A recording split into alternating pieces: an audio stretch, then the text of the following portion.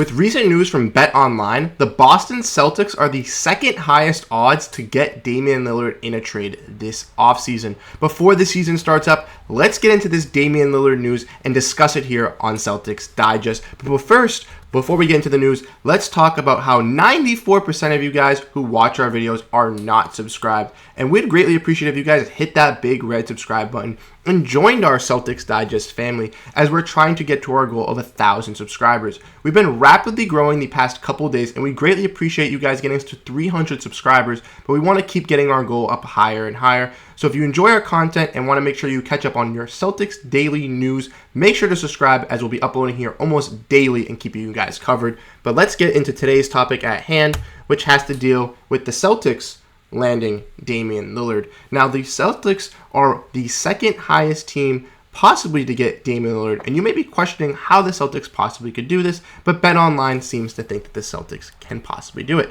They say yesterday that besides the Miami Heat, who Damian Lillard has expressed multiple times that was where he would like to go in his trade request, the Celtics are the second highest odds. And maybe at the beginning of free agency, you could have told me that the Celtics offered Jaylen Brown in a sign-in trade that we could have gotten Damian Lillard, and we could have paired Damian Lillard and Jayson Tatum up together. Or maybe after they signed Jaylen Brown, maybe before they do their Kristaps Porzingis deal, maybe you could have convinced me that we could have traded Brogdon and Smart, and we could have had the big three of them. But having all four guys is going to be tremendously hard to maintain and be hard to keep contractually for the future with the Celtics if you have guys like Kristaps, Jaylen Brown, Jayson Tatum, and Damian Lillard on the Celtics. And the Celtics can do it. They just obviously can't trade Jaylen Brown because he just recently signed his extension, and Kristaps Porzingis also recently signed his with the Celtics. So for the Celtics to actually do this trade, Kevin O'Connor has actually broken it down for us. He says that the Celtics max offer for Lillard can't beat offers from the Raptors or some other teams, but it does seem to beat the Heat's team offer, and that's the main team that Damian Lillard wants to go.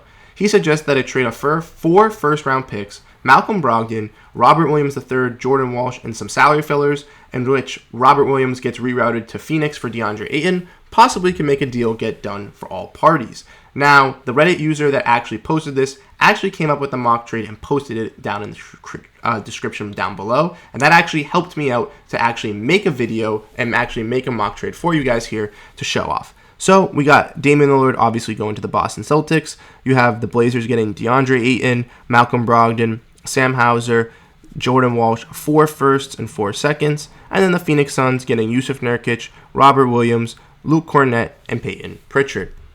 Now for the Boston Celtics, this would be obviously great. They would have a star-studded team of Damian Lillard, Jaylen Brown, Jayson Tatum, Al Horford, Kristaps Porzingis, and Derrick White, stacked top 6. Only problem is when you look at the bench after that, we basically give up our whole rotation in this deal. So we'd have to have guys like Oshae, Brissett, Svi, Luke, Dalano, Banton actually get minutes, or the Celtics would have to look into the free agency pool and actually sign some guys. Now, the only problem, again, is since we're getting closer to the season, there's not a lot of guys available in free agency, and the guys that are available aren't the greatest caliber. So do the Celtics really want to be picking up these no-name guys, kind of like the Phoenix Suns did, but having less pickings? I don't know if that's the route the Celtics want to go. I think for the Blazers, this makes sense, as obviously the Blazers get a lot of value. If we want to look back at this trade right here, you can see they get DeAndre Ayton, a star-studded center, Malcolm Brogdon, a great backup point guard to play alongside the lines of Scoot Henderson, Shaedon Sharpe, and Anthony Simons to actually develop them and coach them, and he was also 6th man of the year last year, so maybe at the trade deadline you could look to move off of him for some extra or value and maybe an expiring contract with some picks. Sam Hauser, great three-point shooter at the wing, hopefully can develop into being an offensive three-point player for you if you're the Trailblazers. Same thing with Jordan Walsh. A lot of teams were high on Jordan Walsh. They had him as a late first-round pick, and he actually went in the second round for the Boston Celtics, so a lot of teams could actually have a lot of good value on what he can bring to the Blazers. He can bring kind of everything. He's kind of an intangible guy. And then obviously the picks would obviously help them out. Now looking at the Suns, giving up Ayton is a big hole at center, but you do bring back 3 centers and some ones that can actually work out for you. You bring back Jusuf Nurkic, Robert Williams, and Luke Kornet. 3 centers who can kind of play with Eubanks, obviously Kornet being the 4th, but Eubanks a solid rebounding and block shotting center. Rob Williams the same thing. Nurkic has had some health injuries in the past, but if Nurkic can stay healthy, he can be a solid 10 and 10 guy for you. And Payton Pritchard's a solid bench piece and a solid scorer off the bench. and hopefully he could sign a cheaper deal with you and actually want to stay with the team. Now, if I'm the Boston Celtics, do I make this trade? No.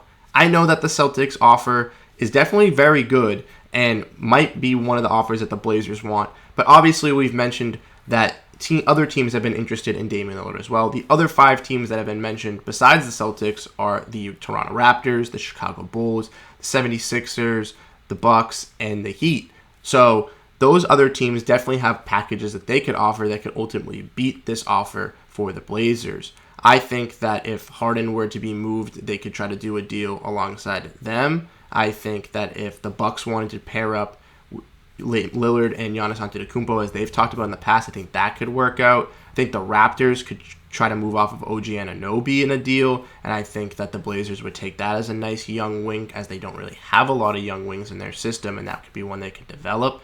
And I also think that the Bulls can try to do a move sending Zach LaVine, but I don't know if the Blazers would want to do Zach LaVine, so they'd have to find some more teams to take on Zach LaVine's contract. But ultimately, I think that the Celtics should not try to make this move, as I think that it would be hard for them to actually develop a dynasty and actually contend for championships, giving up 4 first-round picks, 4 second-round picks, our whole bench, and then just signing a bunch of guys kind of just out of nowhere, getting them ready for training camp a month before the season, getting them ready to go. I think it's kind of a hard jump start for a team that definitely wants to contend and actually be there. But also, we've seen reports today come out saying that despite the recent rumors and possibility of the Celtics being the second highest odds of landing Damian Lillard besides the Miami Heat, the Celtics are now unlikely to trade for Damian Lillard. And maybe it's because of those reasons I just stated, but we've also seen that throughout the offseason, a lot of misconstrued rumors, as a lot of teams have been interested in Damian Lillard. Obviously, the Heat have said they're not interested in the Heat package, but they've also talked to the Heat and engaged with the Heat. We've seen 2 mystery teams being mentioned, then finding out that they are Toronto and they are Chicago. So I personally think that with this Damian Lillard news, that we have seen just a bunch of stuff going on, and I think that realistically it's just a bunch of mismatch, and you can't really tell what's true or what's not. I think the reporters just want to get out the news and just get out something, so they're just talking about what they want about Damian Lillard, and that's what we've kind of gotten to at this point with the Damian Lillard saga. So do you guys think that the Celtics could potentially pursue Damian Lillard? And if you do you guys like this trade, or do you guys agree with me and think that the Celtics should not make this move and just keep the roster how it is? Maybe pursue a trade for Brogdon, but we'll have to wait and see. But let me know what you guys think in the comment section below. And as always, I enjoy you guys tuning in to Celtics Digest. Make sure to hit that subscribe button to get all your Celtics daily content. I'm Bruce Velez, and I'll catch you guys in the next video.